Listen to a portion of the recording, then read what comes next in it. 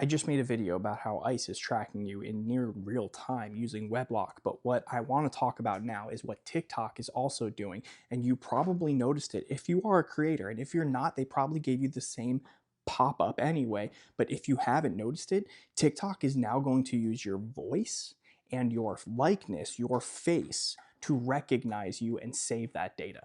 With the advent of AI and everything going on in AI, this is just another breach of our privacy. This is just another data set for companies to collect that they can A, sell, or even if they won't sell, B, can be breached by some hacker, and now your data is out there, much like your social security and everything else, your birth date and everything else you ever put. Now your likeness, your face, and your voice is being saved and captured by TikTok. Don't believe me? Look at this. To enable effects, help keep TikTok safe, and provide an improved experience, we collect and use the information about faces and voices each time you create a post on this app. This information isn't used to identify you. What they're not saying is that it's saved. They're not saying it's not saved, and they're saying it's not used to identify you, but it doesn't need to be used to identify you. It's just more data for them to collect and save and possibly sell to third parties, and also to be used against you when a hacker finally gets it. And in the game of AI, where everything, and we have all these deep fakes that you can't believe, politicians like me really need to worry about this, because somebody could post my likeness and my voice saying something I never said, and then that's a big problem.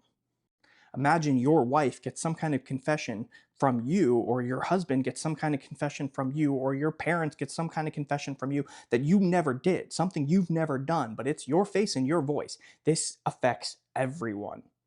Also, I don't want to tell you how to parent, but personally, I'm keeping my kids off social media till at minimum 16, because this is terrifying to me. And the last thing I want is a company having my children's face and data and likeness and sound stored in their database. I said it in my last video about the surveillance state of ICE, but I'm Kyle and I'm running for Congress, and I will push for sanctions.